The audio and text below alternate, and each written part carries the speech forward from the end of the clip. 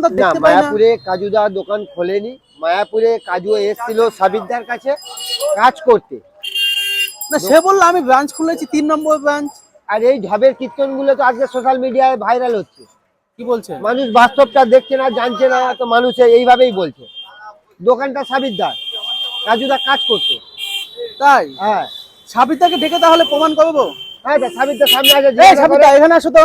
সাবিরদা কি বলছে? কাজুদার নাকি তোমার দোকানে কাজ করতো? কাজুদা ব্রাঞ্চ করেছিল, আপনার দোকানে কাজুদা কাজ করতো না? কাজু এখন বলছে যে কলকাতায় নাকি শিয়ালদার পাশে রাজদার পাশে দোকান করবে, ব্রাঞ্চ করবে। হ্যাঁ, যদি করতে পারে সজলদা আর আমি সমস্ত কিছু সেটা দিয়ে আসবো। ও আবার কিসের দোকান করবে? 3 নম্বর ব্রাঞ্চ তো খুলেছিল। ওসব ভাটবাজি গল্প। আমরা কাজে রেখেছিলাম ওকে, সাবিরদা ওকে কাজে রেখেছিল, তাই ছিল ম্যানেজার তো। ম্যানেজার হিসেবে রেখেছিল কাজ করার জন্য। ও দোকান খোলেনি, দোকান ছিল সাবিরদার, আর আছে, ছিল, আছে, থাকবে। ওরা এই দোকানে তার দোকানে গিয়ে এসব এইগুলো করে, মানে কন্টেন্ট করার জন্য করে, ভাইরাল হওয়ার জন্য করে।